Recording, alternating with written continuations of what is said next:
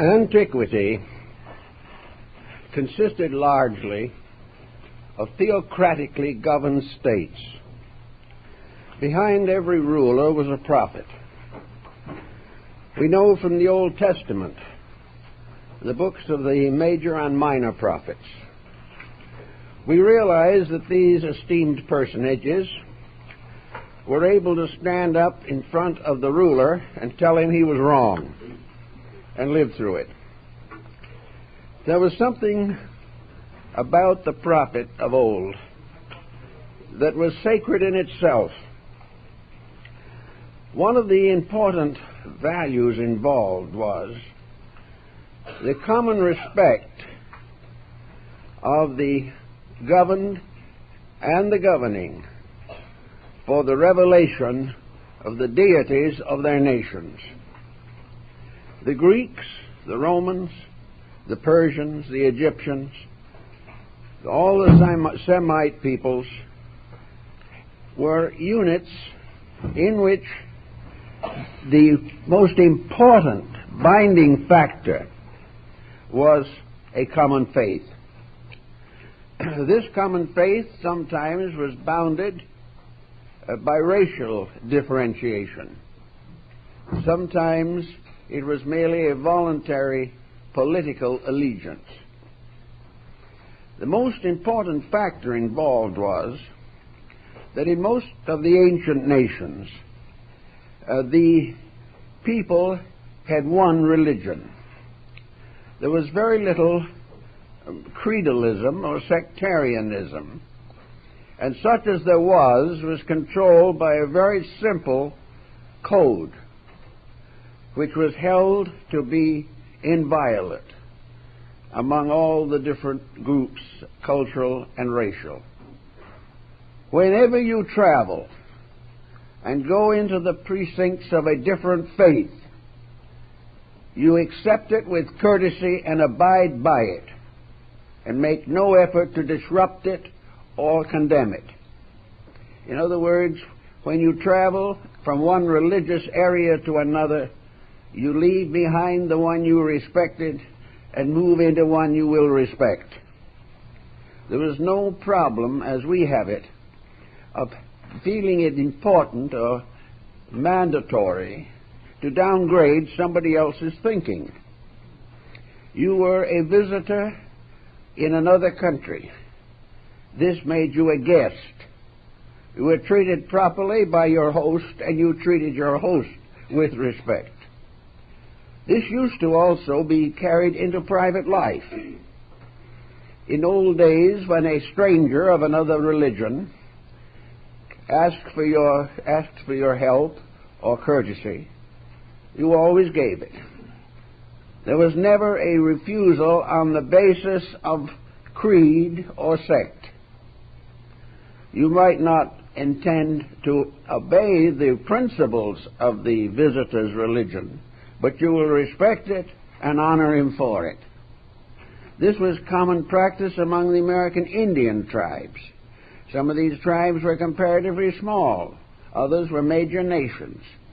But in each of them, the visitor was accepted for his integrities, and there was never an argument over his deities. This type of condition made it much easier for the older nations to develop a moral structure suitable to their needs. Now, the Greeks also realized that temporal strength had an effect upon spiritual integrities. One of the great Greek thinkers observed that laws were like the webs of spiders. They captured the small insects, but the greater ones broke through. The same was true of moral courtesies. The leaders, particularly powerful and ambitious princes, might very well break the rules, the laws, and the covenants of their country in the advancement of personal ambitions. They were reproached immediately by their religious leaders.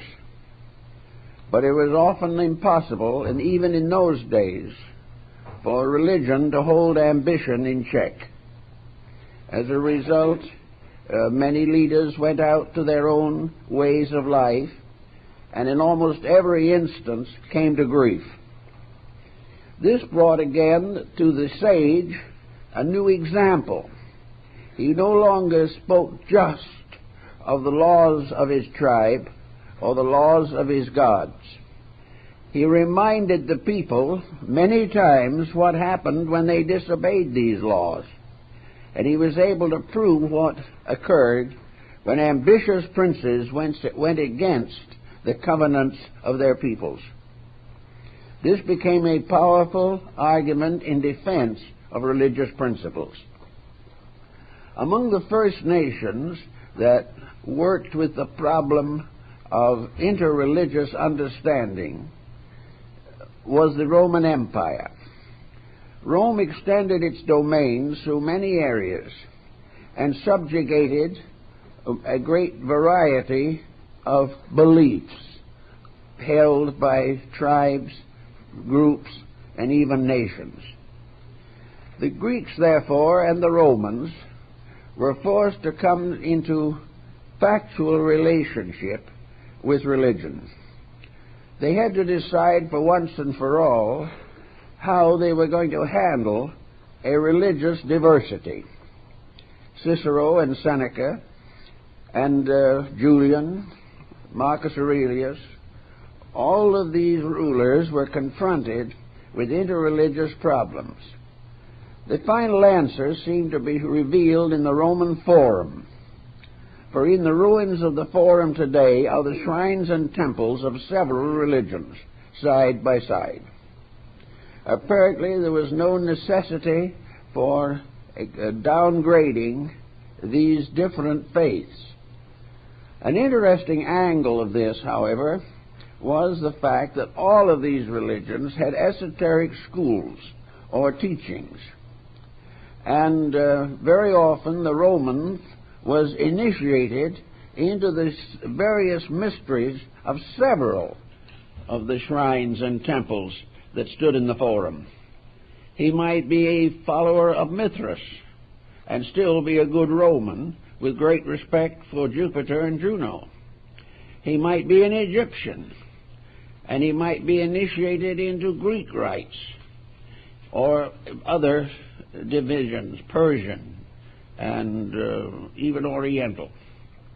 Therefore, in the days when human beings were thoughtful and began to realize the identity of belief, there was very little actual religious persecution unless some group failed to live its own faith. This could produce serious consequences. And the place of the prophets, the Sibyls, and the Muses, and these various deities in the descent of moral tradition has been pretty well explored, and we have a fair picture of the facts of the matter. We know now that all of these nations had somewhere among them people who were strangely mystical, that actually mysticism was behind practically every religion that arose in the world. Mysticism was an experienced doctrine. The individual had an internal experience of his own, and this experience converted him to a concept of truths. If he was so converted, he might feel impelled to share it with others. The Jewish prophets, as we find them in the Old Testament, were for the most part isolated mystics. They lived in the deserts or in small communities or monastic groups. They depended for their instruction upon an internal enlightenment.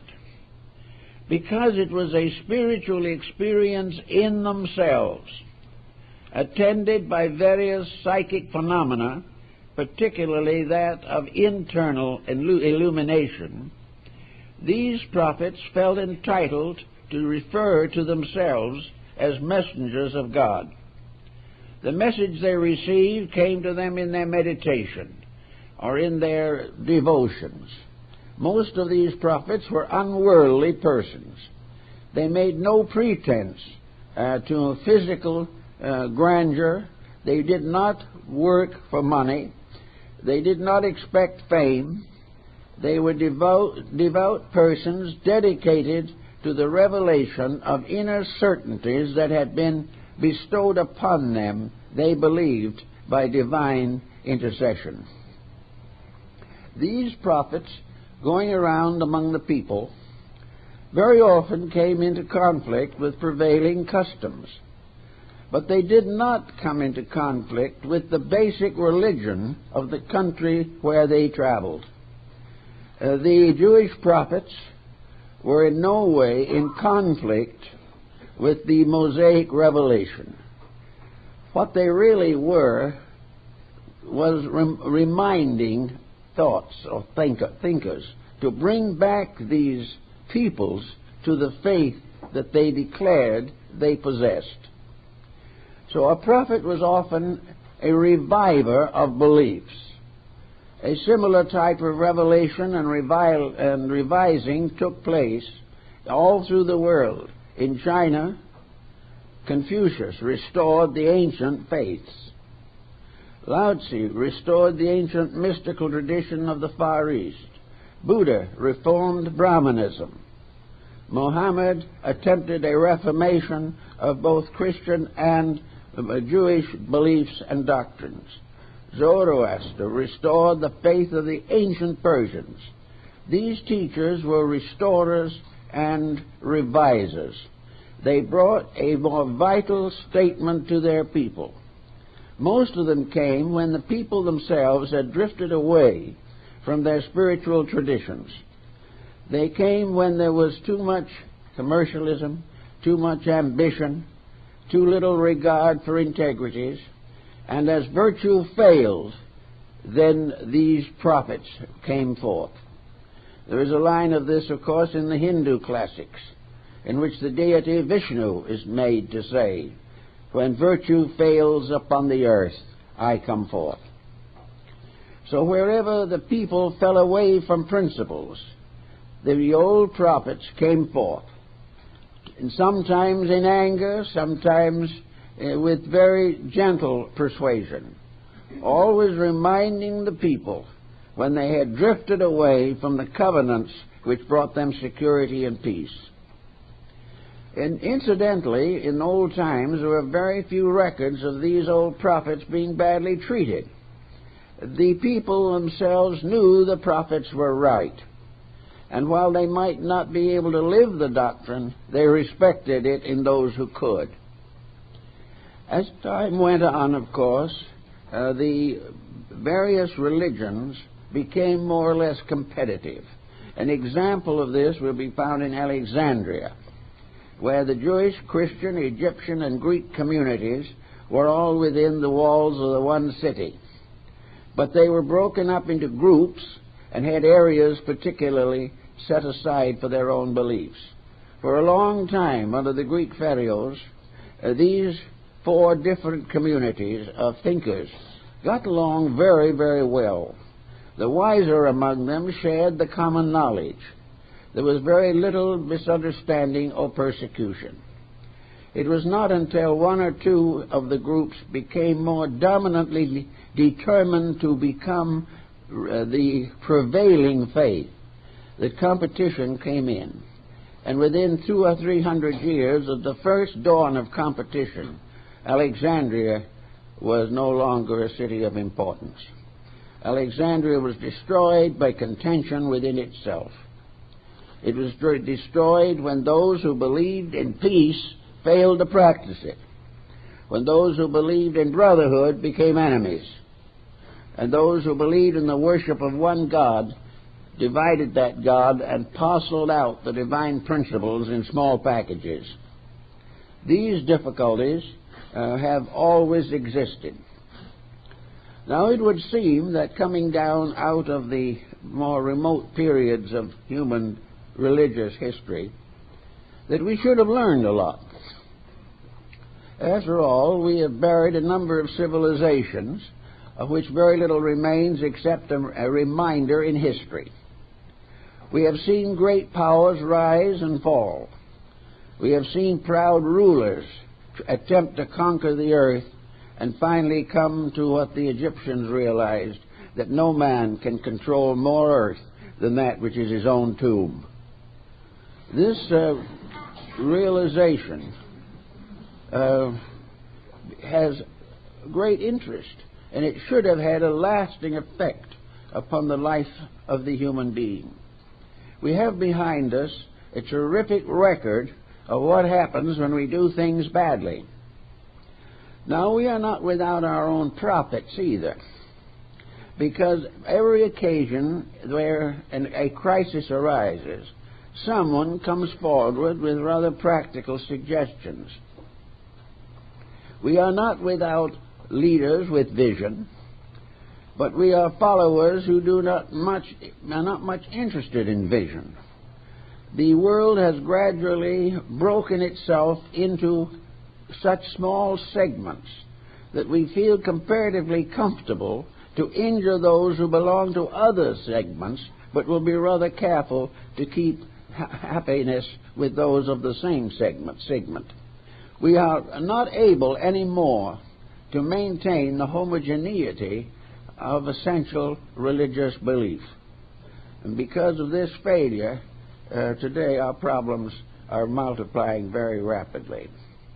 Now, we know, for instance, that in the classical periods, from Plato down to the present time, most philosopher mystics were also rather adroit and rather comprehensive in their social and political thinking.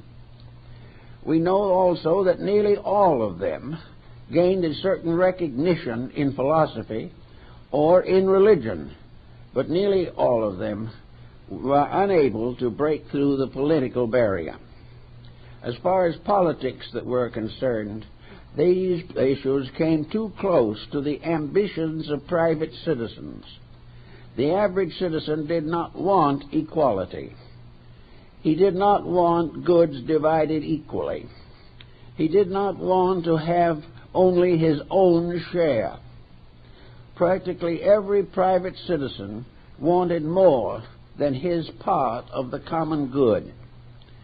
He wanted to dominate, he wanted to compete, he wanted to gradually gain ascendancy and with it temporal power. Most of the religions of the world have not been very basically concerned with temporal power, but nearly all of them ultimately became involved in this quicksand. The original Christianity had no interest in temporal power. Christ stated that definitely that his kingdom was not of this world. But in the course of time, physical institutions become more and more powerful, and the spiritual values are more or less ignored. So the prophets of old have left their predictions, as in Isaiah, in Ezekiel, and others, or in the Apocalypse of John, have left certain secret codes or secret beliefs, or have given to the world their vision of tomorrow, the inevitable result of things continuing as they are. If Isaiah was writing today, he would very largely proceed on the basis of our present policies. He would tell us simply and directly what would happen if we kept on doing the things we are doing now. Buddha would have done the same. Muhammad would have done the same. Each one would have brought to us the reminder that when we depart from integrities, we move inevitably into disaster. Now, most people in the quietude of their own thinking believe this, but so many ulterior situations arise that the average person finally comes to a compromise between what he ought to believe and what he does believe.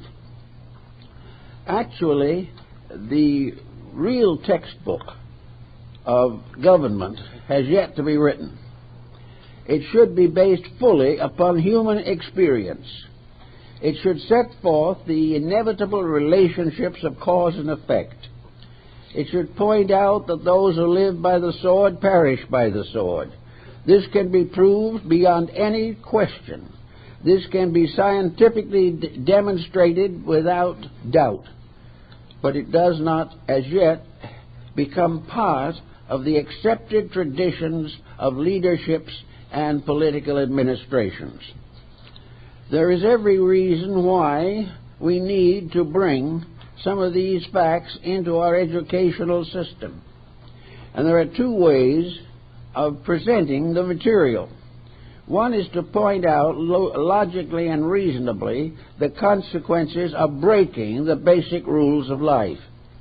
The other approach would be constructive and simple by simply stating that these rules are the things we should all accept, that they are the basis of our survival. All the way along the line, great nations have fallen. The Medes and the Persians went. Practically every country of antiquity died of its own corruptions. And these corruptions were not especially different from the fallacies and shortcomings of today. We say, from looking back at the Roman Empire, that the Romans ate too much, that the Greeks drank too much, that private citizen gradually became more and more involved in luxury. When someone asked a Greek philosopher to curse someone else who was evil, he said, "What, master, is the worst curse of all?" And the old philosopher replied, "The worst curse is to say to a man, 'May your son live in luxury.'" This is his destruction and his end. Now, we know these things, so we get more luxurious every day. It does not occur to us that these things are true, or perhaps we like to assume that which cannot rationally or logically be demonstrated, namely that each is an exception to the rules. We have a feeling that we are going to be able to accomplish the things we want to accomplish, regardless of whether they are right or wrong. We get back again also to the classical times, and we find that there was always a certain kind of division which had to be accepted. A division between those who had insight and those who lacked the insight. In the Greek, Roman, Egyptian, Persian, and Semitic empires, any young person who wanted to become a public benefactor could receive an appropriate education. If he decided in himself, in his teens or any other time, that he wanted to help the world, he was always encouraged to do so. Today, if a young person has this type of an attitude, he will be talked out of it, if possible. Because people will tell him, if you follow this way of your own choice, you will be poor and forgotten very quickly. But in the days of when philosophy was the ruler of life, these young people were honored by the fact that they wished to make a contribution. It immediately set them aside as a superior person, as one who had dedications beyond the ordinary. And if the individual succeeded in attaining to the initiation into the great rites and became truly a philosopher or an illuminated human being, a sage, he was honored by all who came in contact with him, and a king could not remain seated in his presence. And yet he may have been the son of a farmer. This is a different type of life. It was a life based very largely on a merit system. No one said you had to be a philosopher. No one said you had to live better than the others. But if you did, you were accredited rather than questioned and doubted. Of course, if you received these rights, you were then also the child of the temple. You were set aside in life. And this gave you great privileges, but also great responsibility. If an initiate of the mysteries committed an action that was against the principles of the faith, he was disgraced utterly. No matter how much he had previously been admired, if he ceased to be admirable, this was held more against him than any other thing in life. He might make a mistake in his beliefs, this would be forgiven. But if he failed to live the integrities of his beliefs, these shortcomings would not be forgotten. And what were the basic ideas that bound these people? Probably the most common and basic idea of all was the belief in a divine power at the source of life, a divine power that could not be corrupted or compromised by man, a divine power that had as its primary purpose the perfection of all that lives, a power which therefore would support all that contributed to progress and would punish all that destroyed progress or interfered with its advancement. The idea was that behind all human attitudes there was a code that was inflexible and inevitable, that this code could not be broken, and that it was present in all religions. And though variously worded, the code was always the same in principle. Therefore, only those who kept the rules could be kept by the rules.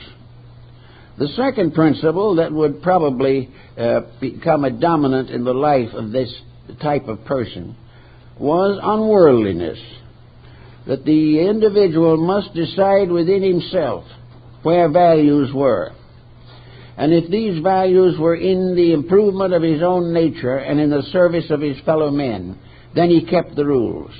If these values were to bring profit, physical profit to himself, if they were to increase his dignity, if they fulfilled his ambitions, his egotisms, or his various forms of self-centeredness, then they were wrong. So the prophet was always a simple person, not interested in any physical attachments which might later force him to compromise his principles.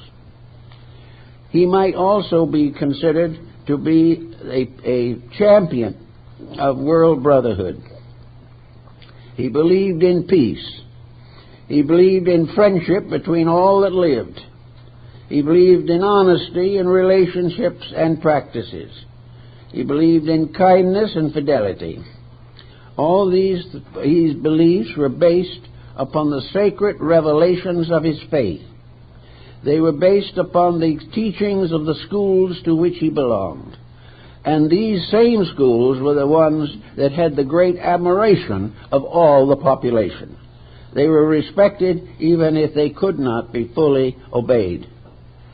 The difference between the initiate and the non-initiate, therefore, was the fact that those who entered the temple made a commitment of themselves to a concept or a belief.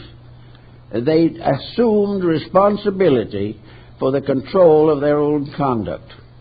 Those who were not initiated were not faced with this decision, although many who were not in any way associated with mystical institutions chose the same path out of their own integrities. And so it came about that the past has given us a very mottled record of human progress. But at the back, behind all of these different conflicts and confusions, there are these dim but powerful figures of the great teachers, those whom the world will never forget.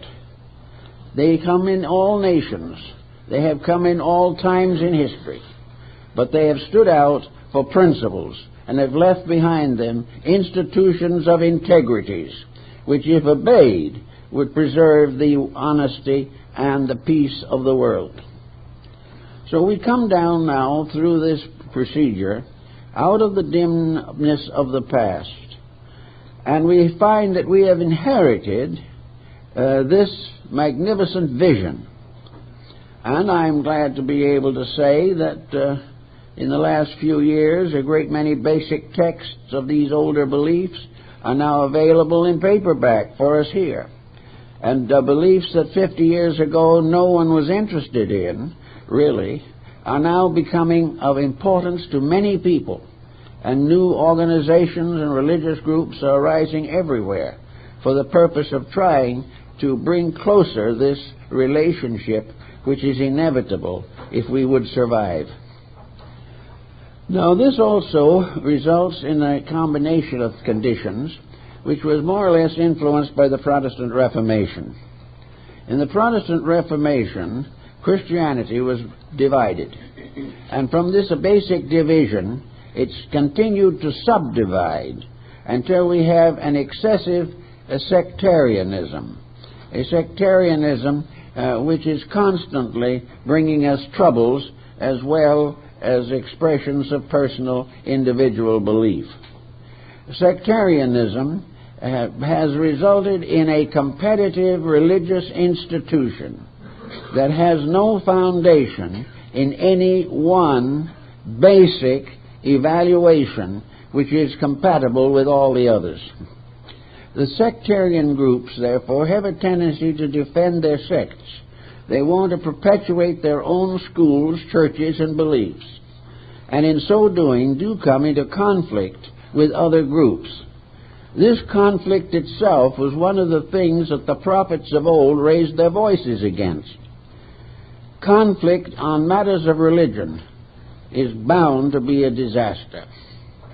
It is a disaster to believe that the gods in the sky fought above the cities on the plains in ancient times, or that Minerva, armor-clad, fought in the heavens above the walls of Troy, that the various religions and the deities should become in conflict is a very sad and distinct mistake. Now, why can this happen? Why do we suddenly find ourselves in a world in which so much of our spiritual heritage is simply ignored?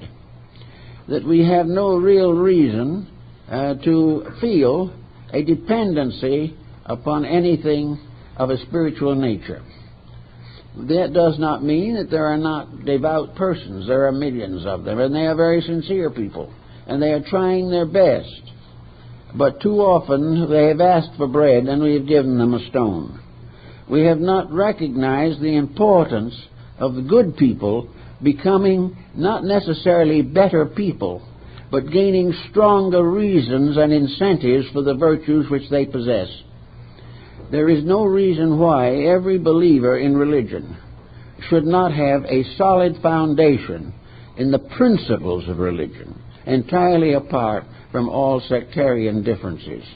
The sectarian differences are unfortunate, but the individual can rise above them.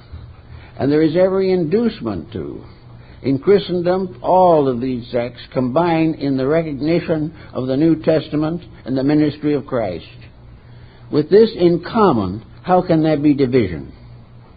This is a question that has been brought up before religious councils for a long, long time. A faith that in substance is based upon one occurrence in the history of mankind is unable to unite itself in the fulfillment of the will and wisdom of their founder. This is the problem that we face. In this sense, Jesus was not only a great spiritual leader, but he was also a prophet. He was one that brought to the attention of the world the summary of the mistakes of the past and built upon the summation of the virtues of the past. This type of situation does bestow upon us the greatest and the last of the great prophets, the one who is honored now and recognized throughout the world by more than 3 billion human beings. Here is then a leadership more powerful than any in the past, a power of tremendous importance to the survival of mankind. And yet, in some mysterious way, this force is comparatively impotent.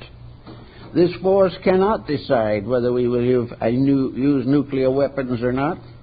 It does not decide and cannot decide what constitutes the difference between the levels of crime. It has no clear way of explaining away the mystery of poverty. It has not the ability to create an enduring civilization. It can preach it, it can teach it, it can emphasize its importance, it can attribute the ideals to its founder, and do everything possible. But the world goes along very largely unconditioned. And even those who are nominally part of a faith seemingly have not the courage or the strength or the wisdom to defend it. Therefore we come now from the prophets of old to the prophet system of the modern world. We find that the same sounding word has two very definite definitions. To the one, the prophet is a symbol of a principle, the principle of identity with good. The other meaning of the word prophet has to do with an inducement, with a kind of compromise which has existed from the beginning. There are certain principles that we will pass over lightly because they are too expensive. We will also pass over them lightly because they interfere with the fulfillment of our own personal ambitions. Wherever a law or a rule inhibits the freedom of the individual to make his own mistakes, there's trouble. And this is one of the problems. We have now a civilization gradually developing which has no respect for law, because the law itself has been so befuddled, has been so compromised, and has been so diluted by personal ambitions and political structures that the average individual no longer respects it. So the one controlling factor of antiquity was the will of God. The great controlling factor in our modern way of life is more or less the ticker tape on Wall Street. The Wall Street ticker tape is now the great revealer of things. I remember as a boy, when I first went to work, that there were little restaurants in lower Manhattan where business people went in for a touch of lunch between sessions. On almost every table was a ticker tape machine. And while you chewed your sandwich, you looked over to see whether you were still in business. Now also, the ancients never were very much given to the ambitions which affect the average person. From the dawn of time, the public has had to endure the corruptions of a few rich and powerful leaders. But today, the public sees itself now as all composed of rich and compromising leaders. Each one sees himself as the product of an economic system in which wealth is likely or possible. Now, in the last 20 or 25 years, we've been having a bad time with our economic system. We find that it's gradually getting completely out of hand. Well, way back in the time of Croesus, the ancient Greek or Cretan lord, who had his own private treasuries, he took a philosopher one day to show him all the treasures that he had stored away of gold and jewels and beautiful works of art and so forth. And the philosopher said to him, "You have all the gold, but the first man who has better iron will take it all away from you." Now we ought to realize this, but we don't. That was an old prophet, and his prophecy is applicable to now. And all those who believe that we are going to be able to continue to expand selfishness until each individual has it all is very unreasonable and is subject to inevitable disappointment. There is no way in which we can take care of the moment without some reference to the wisdom of the past. The moment is too clouded. Things at the moment are so confused that no one really believes there is an answer. But if we go back a ways, we will find there always was an answer and always will be, but unfortunately we don't like it. It isn't the answer we want. We are concerned primarily with only one thing: the gratification of our own desires. Personal ambition has taken the place of veneration for deity. The individual's personal program of life is going contrary to the laws of living established from the beginning of time. Everything that we are doing today is short-sighted, but we live in a world that has a long future, whether we like it or not. We may try to destroy it, but we will never destroy the great plan, because it will go on. And it is certain that a power great enough to develop and to perfect this universal structure is not going to be outwitted by one little individual who he created, or was created by deity, who wants to do it badly. It is the story again of the fall of man, and is found in St. Augustine's book on the City of God, in which there are two very definite structures, which the ancients recognized, and we recognize, I guess, but we make a different emphasis. According to St. Augustine, the two great cities of the world are the city of God and the city of Babylon. Now, he pointed out, borrowing very largely from Plato, that the city of Babylon was the material confusion of self-centered people, that this Babel or Babylon was the monument to selfishness and arrogance and corruption. And the city of God was the heavenly world, ruled over by the divine power. Now, in our way of life today, we are living in this double situation. The city of God is still here, but we can't see it. The city of Babylon is here for a time, and we see it every minute. As a result of this constant emphasis upon the corruption of the time, we find day by day our moral system is being lowered. Little by little we are removing the Ten Commandments. We are also destroying the statute of common friendship. We are endangering our health. We are becoming psychoneurotics and narcotic addicts, and the whole world is locked in confusion and discord among the parts of itself. Now, this cannot be regarded as a success, nor can we cover it all with the great, big, beautiful term, progress. The progress is here. And incidentally, if we want to follow it deeply enough into Aristotle or some of the Egyptian mystics, what we are in now is progress, real progress, because it's so bad we can't keep at it. Progress is therefore going to be through a great disillusionment, followed perhaps by the most difficult times physically that humanity has had in the last 10,000 years. Progress then must come in with repentance. It must become man waking up to the realization of his mistake and changing himself. And this is the last thing he wants to do. He wishes to continue to do it well only if it pleases him. He will accept very little of the Ten Commandments today. He is consistently breaking all of them. He is doing it, however, because it is expedient. Also, he is probably reaching a point where he doubts very seriously whether these Ten Commandments mean anything. But he has failed to look around him. Every commandment that he breaks leaves a monument of tragedy behind it. Every bit of selfishness that we exercise adds to our own pain. And for a few hours or a few days of comfort, we sacrifice a lifetime of integrity. So day by day, we are realizing, more than perhaps any other generation, that we stand in the face of a change that must be accomplished.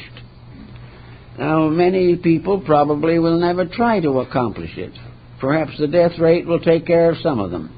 But we are also unhappy over the fact that young people growing up have not had greater opportunity to discover the values of life.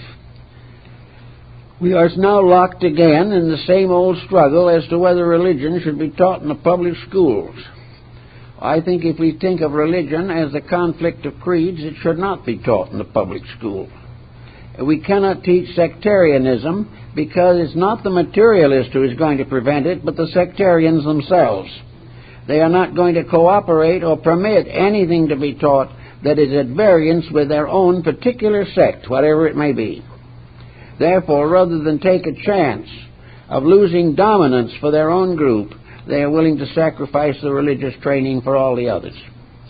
Now, this is a mistake, of course, but it arises primarily from the fact that we have a very poor definition of religion. If we want to consider religion as divided into packages, and these are neatly arranged on racks, it is possible to realize that we might fear that somebody will open the wrong package. But if we believe in religion as it was believed in antiquity, as the manifestation of man's respect for the divine plan of which he is a part, there is no reason why certain religious instruction is not possible in our educational system. It is a matter of transcending sectarianism and getting down to the basic needs of life. Now, we may also point out that it is quite possible to discuss religion and teach it on a philosophical, historical basis. It is not necessary to go into the crash of creeds. It is not necessary to become involved in all the squabbles of the ages. All that is really necessary is to recognize that there is a universal integrity, that this can be demonstrated from history and from experience, and that the individual is entitled to know something about that part of human culture which has dominated and directed it constructively since the dawn of time. There's no more reason why the great religious philosophies of the world should be ignored than that we should take the banking system out of education. Education is to know what our world is, why it functions the way it does, and how we can do something about it if it functions badly. And every child is entitled to this instruction from the beginning of his educational life. Instead of that, we are so afraid that education might be idealistic and interfere with the economic advancement of a few groups that we take this long chance, which is very, very wrong. Now, if we are interested to find out the prophets of our time, what it's all about, all you do have to do is to listen to the reports of the various investment councils and to learn the opinions of outstanding economists. And the economist today has taken the place of the Isaiahs of yesterday. Today it is the economist who solemnly pronounces what's going to happen to Bethlehem Steel or to Chrysler Motors. These are important discoveries. What is happening to the human being in these patterns is neatly ignored. Everything and every emphasis is upon the protection of an economic system at all cost. Well, it should be protected. We all need it. But how are you going to protect an economic system if you don't do something to make people honest? How are we going to have an honest economy in the hands of dishonest persons? How are we going to solve any problem involving the survival of any constructive institution if we do not find the causes that are undermining it and destroying it through selfishness, arrogance, and ambition? So we have the very definite problem of trying to decide where our values lie. The average person today is probably willing to kind of make a certain compromise. He would like to have religious instruction. He might very definitely send his children to Sunday school. He may go to church himself. He would like to have the experience of feeling good inside himself. He would like to have the happy fact that he is inwardly secure. But the result of this situation is very difficult for him. Back in the days when the principles of things were laid down, it was pointed out definitely that only the individual who carries the responsibility of his own place in the plan can be a good citizen. Any individual who puts his own advantage above the common goods is a bad citizen. And yet on that basis we have too many bad citizens who think they are good citizens. We think we're a good citizen if we maybe help a few people in trouble. We think we're a good citizen if we try to vote without having very much knowledge about any of the candidates. We feel we are good citizens if we pay our taxes even though we resent them. All of these are great expressions of integrity, but the integrity lies much deeper than that. Our integrity comes from the one great pattern which we must restore, namely that the great text of our lives, the great system by which we must all live, is indicated in the great operations of universal law. Laws of human beings must be part of a universal law that is greater. When human law conflicts with divine law, human law is ultimately going to lose. Therefore, we must try to find out what is necessary to our survival and then do it. This sounds very easy, but in truth it is very difficult. It is very difficult because of the tremendous confusion of ulterior motives. We are not really in a position to strike out clearly and honestly to the support of our various beliefs. So we now try to transfer the leadership of life from the obedience to natural law to the development of a successful, enduring economic system. We want to have an economy that will go on and on. We want to have a financial estate in nature and in space that will protect the futures of ourselves and our children and their children. We want to go on in a world in which everyone has an opportunity to be an individual and have constructive attitudes. We have all these thoughts definitely in our minds. We believe in them. We want them to happen. But we are not working in that direction very enthusiastically. We are not able to correct the basic faults. Yet today there is a group arising that tells us that if the nuclear armament situation is not curbed, there may not be any world left for us to give on to our children. This, I think, is untrue. While I believe there is a grave danger in these things, I do not think that anything that man can create will destroy the world.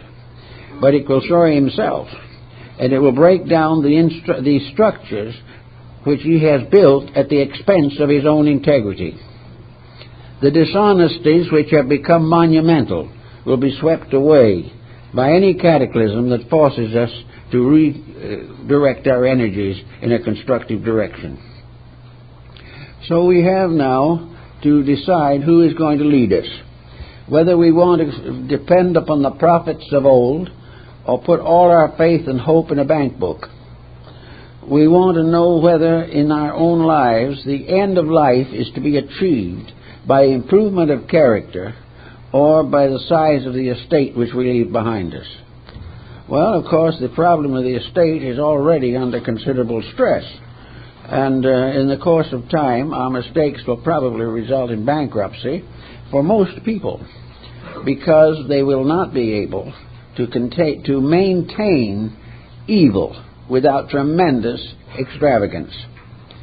The only way the Romans could prevent the Huns and the Goths and the Visigoths from moving in on Rome was to bribe them to stay away. Now we are bribing an emergency to stay away from us by simply spending vast sums of money to build false barriers against confusion. It won't work. There's no solution lying in this direction. We will be bankrupt in the end, and the faults will still remain. The only answer is to get to work on the problem. If we had gone to one of the sibyls of old, or one of the prophets, and stood before him, as Solomon stood before the prophet of Israel, he would tell us very simply what the matter is. He would say that our worries, fears, and the evidences that hurt us, disturb us today, are simply handwriting on the wall of heaven. We are being weighed in the balance, and we are definitely being found wanting. That's the trouble, wanting too much. We have sacrificed the values which should have made us a great people. Now we're still here, and therefore there's always time for improvement. The individual has a certain span here, and nature in its curious wisdom has built the length of the human life as a final proof of the fallacy of physical ambition. But the individual says, as Mussolini is reported to have said, that he would rather live a few years as a lion than a long life as a lamb. Well, he got his wish. And along with him, Hitler got the same treatment. Always the tyrant, the dictator, the selfish individual, even though he may do some good and could have been a great value to his people, became ambitious, overly ambitious, and feeling himself to be a person of destiny, took upon himself the destruction of his world. Now we have these two problems then that we have to face, namely that we are either going to be able to restore the city of God in our world, or else we're going to have a very hard winter with the city of Babylon. And the Babylon means confusion. And if you can think of anything more confusing than 1983, it's a very, very difficult thing to think about. There is practically nothing that is not tied up in knots.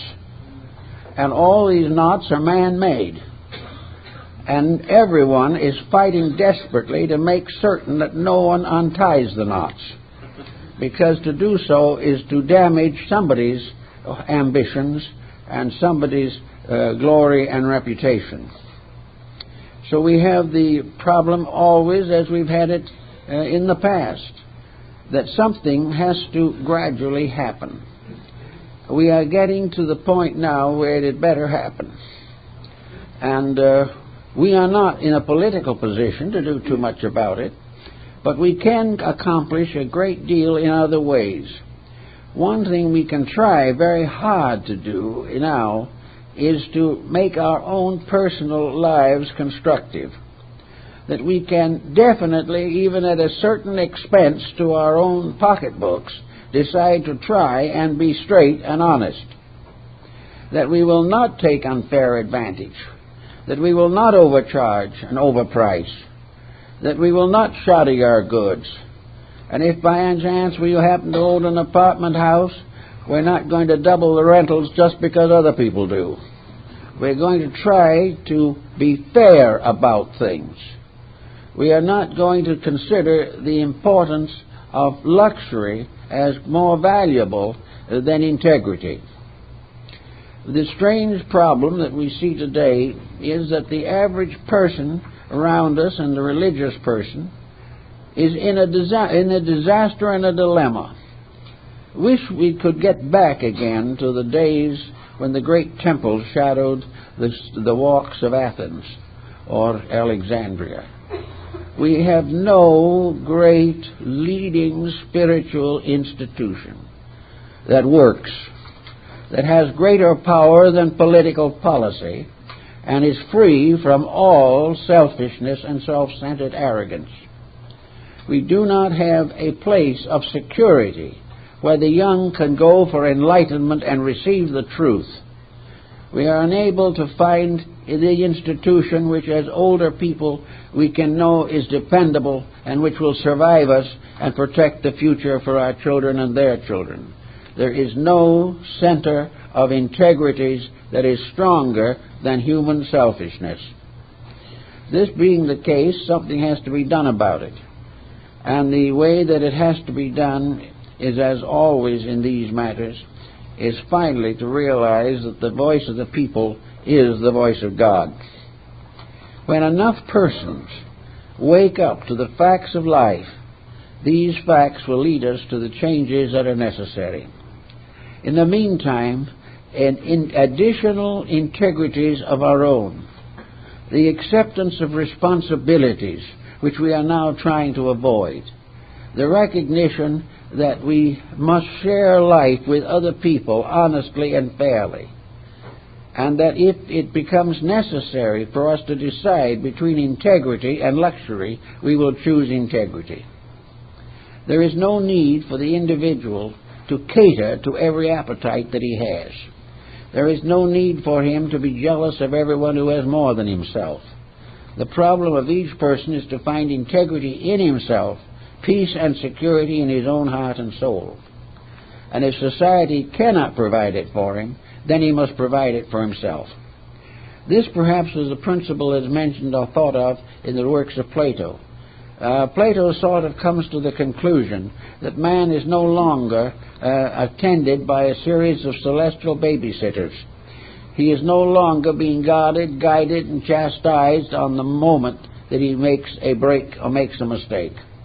He is not going to be completely cuddled and coddled by a divine power that will do his thinking for him and will protect him in all of the affairs of life regardless of how he lives, and at the end of his life will take him, virtuous or sin-ridden, into his arms and forgive him all things. This type of thinking is no longer conceivable as part of a way of life. We are here in this dilemma, perhaps because of our individualistic potential. We are here because it is now possible for the human being to correct himself. It is no longer necessary for him to make the mistakes of his ancestors, because he can see what is happening. In the last 10 years, he has seen most of the mistakes which he still continues to make come to grief. He is able to see a world that is burdened by the fact that everybody is thinking only of themselves. And also that in addition to the major problems, there are all kinds of little problems which are gravitating against integrity. The weakening of home structure, for example, is contributing to the delinquency of the young. And the only answer to that problem is that you cannot be a delinquent family and then punish a child into morality. The child who has proper home life will be the one who has the courage to do things better. But it not only takes dedication, affection, and kindness, but thoughtfulness and integrities upon the part of the parents. All these things have to be done. Now we say, well, maybe we can't live to see it done. We won't be here that long. Well, nature has provided us with another factor that is very important, and which seems to me to be one of the essences of the whole situation, and that is the doctrine of rebirth, reincarnation. Reincarnation is a law of nature, and it exists for one simple reason, that no individual can become perfect in one life. It is impossible for the individual to move from a relative state of ignorance to an absolute state of wisdom in the course of 60, 70, or 80 years. It may be that in the past he has come part of the way and therefore will make a longer step now. But it also is inevitable that we must extend all processes of growth and unfoldment into the future. If we want to have this life that is better, if we want to build gradually for the perfection that is possible to mankind, we have to develop a long-range philosophy. We have to say, I will do the best I can today. I will make as little bad karma as possible now. And when faced with problems, I will try to solve them now. I will not avoid them or evade them in the hope that they will disappear. All the way along, we will try to be honest today, straight today, and follow today the rules and laws that have been given to us by the wise of all ages. If we succeed in doing this, we will probably drop out of embodiment without having achieved everything, Maybe just one little step we have made that will be permanent. But we are citizens of eternity. And the wisdom or gain and spiritual integrities which we make now become part of a great background of faith and truth which we carry into the future. If we become better today, the world is better tomorrow. If we are able to go out of this life with a higher standard of integrity than we came into it, then the next generation or the next time we return, we will help to build a better world than the one we have now. The great problem of all of this, of course, has always been the same, namely the domination of the immanent over the eminent. We have been so desperately desirous of having all that we want now that we are content to become materialistic in a universe where materialism does not actually exist, and that no amount of atheism or intellectualism can destroy one fragment of the great integrities of life. So we have on one hand a code that has come down to us from the past, perpetuated by some of the world's noblest thinkers. And we have on the other hand a concept that has developed among ourselves, perhaps beginning under a buttonwood tree in lower Manhattan, that everything ultimately depends upon a vast industrialization of humanity. That the important thing here and now is progress, and that progress is going to be measured in larger computers, but there's nothing really to do with the individual except the discipline of learning to run a computer.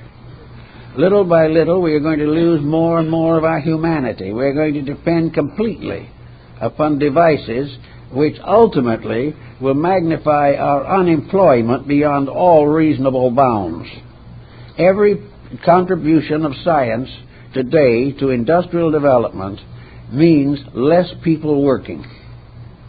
We are now planning to take mankind away from the lathe, away from the assembly line, and all these things. We are going to also do the problem of trying to curb in some way an over-labor market, but which cannot be controlled by any of the methods we're using at the present time. Unless the individual wishes to make a grand program of birth control, we are going to continue to increase. We're going to have more and more people. The more people we have, the more we have to share, and the more we have to live together. And if we have enough people, and we have to share with enough of them, and live together without destroying them, we may almost fulfill some of the better predictions of Isaiah, that there are solutions. There are solutions. This earth can take on upon itself many more people than are on it today, many more, if these people are honest, sincere, and dedicated to the common advancement of mankind. But we're going to have one desperation after another if each citizen thinks only of making an additional profit off of the losses to his neighbor. So we have this type of profit now, and we have predictions on it. We have a profit about how we're going to cut down overhead, how we're going to create better mass production, how we're going to sell machinery to undeveloped countries in order that they can go and become developed and compete with us. We are going to arm the world and feel perfectly happy about the employment that armament construction involves. It's a job for most people. All these things are part of economic materialism, based upon scientific materialism to a large degree, supported by economic and educational materialism, which is intended primarily to support and fulfill the labor needs of material institutions in science and industry. In other words, we want to create more and more people who will advance the projects of material progress and will continue to struggle and fight and labor and die as they have for ages. This type of prophecy, this prophecy that we can beat the economic situation, that great prosperity lies around the corner, is simply foolish. It does not lie around the corner. The individual must create the situation that is necessary, or it will never come. He must realize that nature intends mankind to be one large, happy family, and that all effort to grow and improve by taking it away from somebody else is ultimately a mistake. So the great chambers and books and columns and commentators that we hear every day are the new prophets. They are the ones who tell us about this or about that. For the most part, however, they're rather pessimistic at the moment. But the prophets of Israel were pessimistic most of the time, because there was always the conflict between the truth and the ambitions of princes.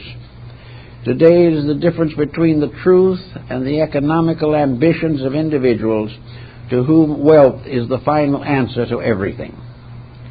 Yet with all that, how this can be with the person facing life as he must is unbelievable.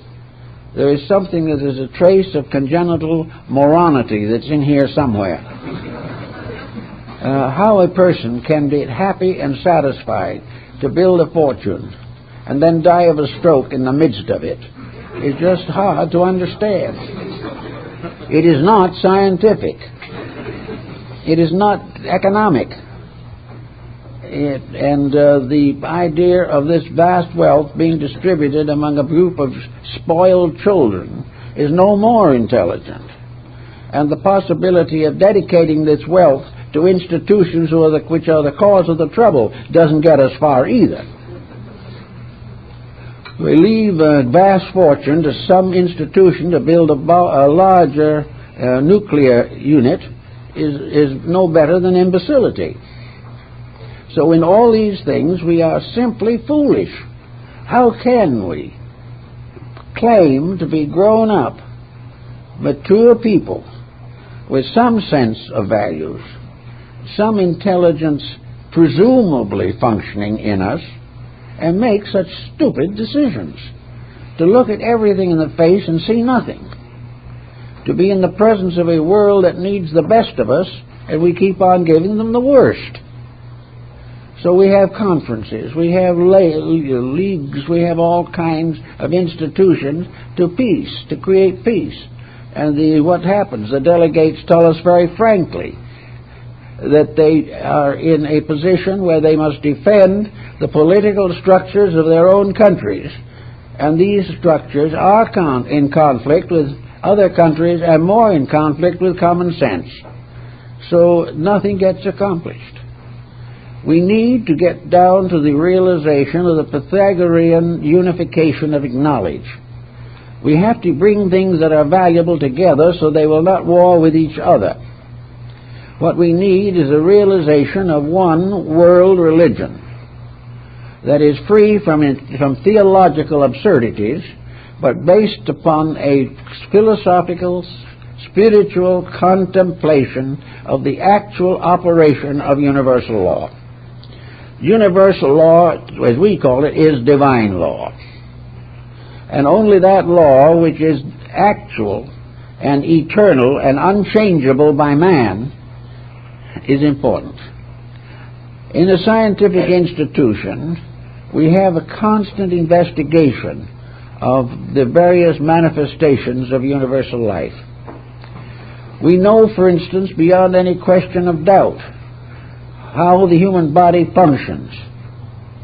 We also know that whatever brought this function into a pattern and gave it domination and made it possible for us to use it has a wisdom beyond comprehension by us. We are not even able to understand one cell in this structure, where it came from or why it's there. We have no idea what the various parts of our own bodies believe, think, or know. We assume they believe, think, or know nothing. And this may be a grave error, because every once in a while we make some of these little bodies mad and they can make us awful sick. We have got to keep rules. And it is the duty of science to find the rules that are necessary for the greater good of the greater number, and to teach and actually practice these rules. It is the duty of religion to unite in creating hope, in strengthening faith, and giving the individual the internal value, power, the strength to enable him to live a good life. And it is the proper job of economics and the material side of things to provide the individual with the means of his own maintenance of health and shelter and food and protection that he needs. That it should be the part of the material world to make sure that the individual's physical life is as healthy as possible. It is not the purpose of any of these to get rich off of its own kind or of any other kind. We are not supposed to be here to provide shelter on the basis of how much each house pays the contractor. As long as this is done, there will be the homeless. As long as personal physical gain is placed above between moral and ethical progress, whereas we have in trouble now, we'll be more so, because we are still working against the divine plan, and no one who works against it will succeed. It's about time to wake up, not only here but everywhere. India, China, Russia, Korea, all the countries of Europe and Latin America, after all, are made up of human beings striving to live, trying to survive the corruptions of their leaderships, the ignorance in themselves, and the lack of faith in each other. This type of thing is basic. It is far more basic than any of the specialized fields of learning that we are now maintaining so carefully. We all have a right to know enough to take care of ourselves constructively, and also in that knowledge receive the instruction by which it becomes possible to take care of ourselves without injuring anyone else. Until we get these type of things, our prophecies are going to be very poor. So the modern prophets tell us how much we can put in the bank. They tell us how much we can make by investment and all this type of thing. And within reason and within the proper proprieties of life, organization of physical resources and physical problems is necessary. On the other hand, all of the use of that which we have, all of the goal of our lives should be above the material level that we know. We may have to have certain material assets in order to function, but our function should be to rise above these assets and use the privileges that have been given to us for the advancement of society. Those who have more should do more for the common good. If they can think this way and build this way, we can get some other points of view across to people. So we have to now listen to the ticker tape for our guidance, or else listen to the sages of the past. We can either build upon a material situation that is falling apart more rapidly than we can control it, or go back again to the basic principles upon which mankind has functioned. Principles which have been perpetuated through the ages, but with some distortions, and these distortions must be corrected. We must not mistake religion and theology. They are not the same thing. We must not confuse the purposes of science. For the final purpose of science is not to advance knowledge, but to improve life. And that improvement of life means that the scientist must be a priest as well as a scholar. He must be dedicated to the improvement of humanity and not to the advancement of an economic or industrial monopoly. All of these errors have to be corrected basically. Now, we can start and do it as soon as we become aware of this fact. We can do it pretty soon. We can all work at it a little every day. If we work at it a little every day, we will go out of this life with a better hope, because we will have a better understanding of the life we're living now. And furthermore, we will realize that what we have stored up in the form of grace within ourselves, what we have learned through experience, the love we have grown to appreciate and value, and the honesty which has become a part of our own constitution, all these values go on. And in the future of things, the world we are going to live in is going to be the result of what we do now to improve the present state of mankind. It is a very important time in our lives. It is a time in which we must select our leaderships, whether we are going to be led by the truths of the ages or led by the ambitions of selfish people today. We cannot necessarily change them, but we can understand the facts and keep our own characters as clean as possible and build as much that we can possibly build a better daily existence. We can get over our animosities and our prejudices. We can get over our jealousies and our conceits. We can gradually learn to admire and respect other people. We can get over all of these little things which nag and persecute us from the time we are born. And little by little there will emerge from this struggle what might be termed the human being. The human being is in the making, but he is not perfected yet. And at the moment he does not seem he's going to rush into perfection in the near future. What he's going to have to do in the near future and now is to recognize that he grows a little by degrees, that every good thought adds to what he is, and every poor thought delays his own development. So little by little, getting to understand himself and his world, and going back to the old prophets and moderating his present prophet system, he is apt to come along a little better than he has in the past. And with those kind words, I think our time is up. Father, you leave behind the one you respected and move into one you will respect. There is no problem, as we have it, of feeling it important or mandatory to downgrade somebody else's thinking. You were a visitor in another country. This made you a guest. You were treated properly by your host, and you treated your host with respect. This used to also be carried into private life. In old days, when a stranger of another religion asked for your help or courtesy, you always gave it. There was never a refusal on the basis of creed or sect. You might not intend to obey the principles of the visitor's religion, but you will respect it and honor him for it. This was common practice among the American Indian tribes. Some of these tribes were comparatively small, others were major nations.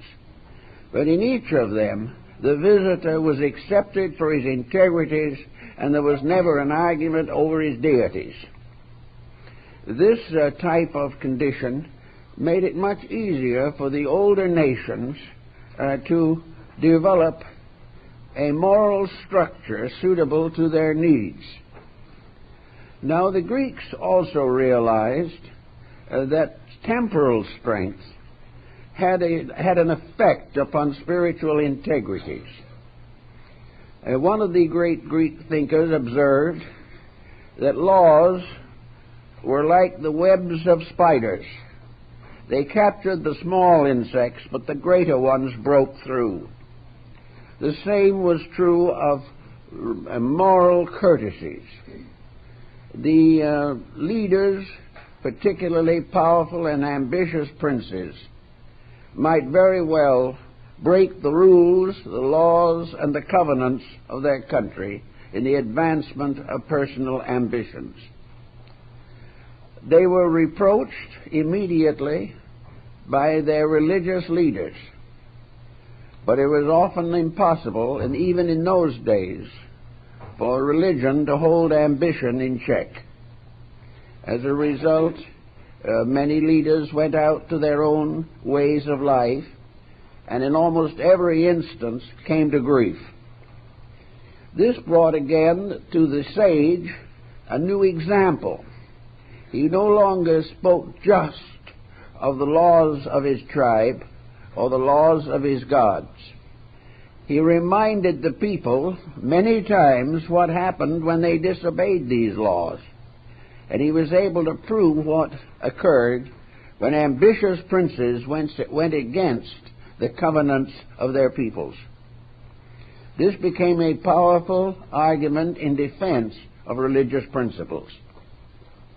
Among the first nations that worked with the problem of interreligious understanding was the Roman Empire. Rome extended its domains through many areas and subjugated a great variety of beliefs held by tribes, groups, and even nations. The Greeks, therefore, and the Romans were forced to come into factual relationship with religion. They had to decide for once and for all how they were going to handle a religious diversity. Cicero and Seneca and Julian, Marcus Aurelius, all of these rulers were confronted with interreligious problems. The final answer seemed to be revealed in the Roman Forum. For in the ruins of the Forum today are the shrines and temples of several religions, side by side. Apparently there was no necessity for downgrading these different faiths. An interesting angle of this, however, was the fact that all of these religions had esoteric schools or teachings. And very often the Romans was initiated into the various mysteries of several of the shrines and temples that stood in the Forum. He might be a follower of Mithras and still be a good Roman with great respect for Jupiter and Juno. He might be an Egyptian, and he might be initiated into Greek rites or other divisions, Persian and even Oriental. Therefore, in the days when human beings were thoughtful and began to realize the identity of belief, there was very little actual religious persecution unless some group failed to live its own faith. This could produce serious consequences. And the place of the prophets, the sibyls, and the muses, and these various deities in the descent of moral tradition has been pretty well explored, and we have a fair picture of the facts of the matter. We know now that all of these nations had somewhere among them people who were strangely mystical, that actually mysticism was behind practically every religion that arose in the world. Mysticism was an experienced doctrine. The individual had an internal experience of his own, and this experience converted him to a concept of truths. If he was so converted, he might feel impelled to share it with others. The Jewish prophets, as we find them in the Old Testament, were for the most part isolated mystics. They lived in the deserts or in small communities or monastic groups. They depended for their instruction upon an internal enlightenment. Because it was a spiritual experience in themselves, attended by various psychic phenomena, particularly that of internal illumination, these prophets felt entitled to refer to themselves as messengers of God. The message they received came to them in their meditation or in their devotions. Most of these prophets were unworldly persons. They made no pretense to physical grandeur. They did not work for money. They did not expect fame. They were devout persons dedicated to the revelation of inner certainties that had been bestowed upon them, they believed, by divine intercession. These prophets, going around among the people, very often came into conflict with prevailing customs. But they did not come into conflict with the basic religion of the country where they traveled. The Jewish prophets were in no way in conflict with the Mosaic revelation. What they really were was reminding thoughts or thinkers to bring back these peoples to the faith that they declared they possessed. So a prophet was often a reviver of beliefs. A similar type of revelation and revising took place all through the world. In China, Confucius restored the ancient faiths. Lao Tzu restored the ancient mystical tradition of the Far East. Buddha reformed Brahmanism.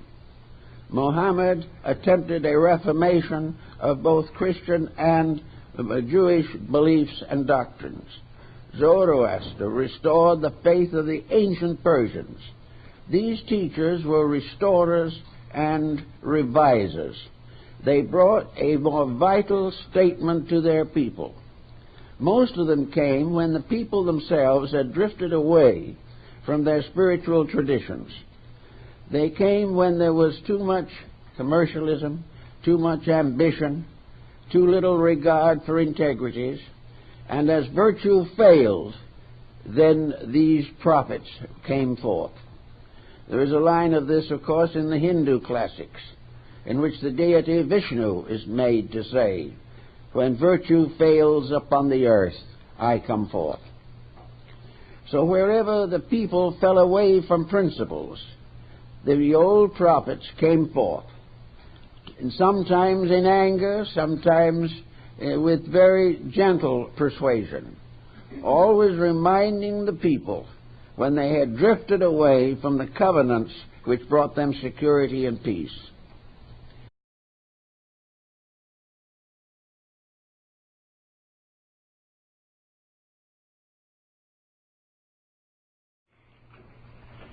Antiquity consisted largely of theocratically governed states.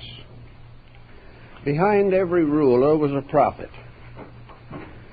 We know from the Old Testament, the books of the major and minor prophets, we realize that these esteemed personages were able to stand up in front of the ruler and tell him he was wrong and live through it.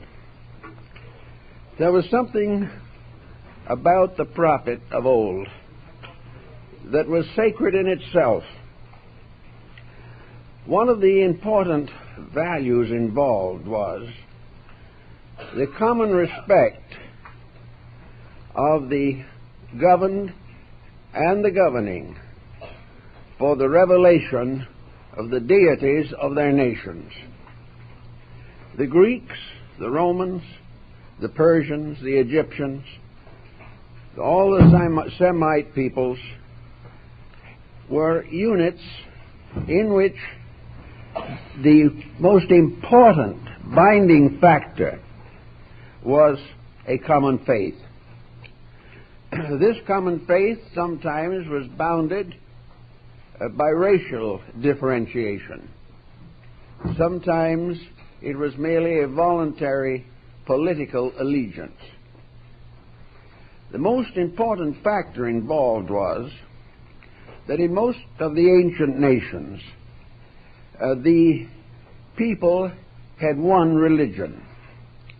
There was very little creedalism or sectarianism, and such as there was controlled by a very simple code, which was held to be inviolate among all the different groups, cultural and racial.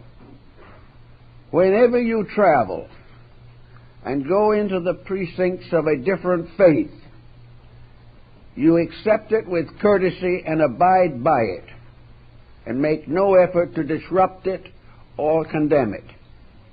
In other words, when you travel from one religious area to another,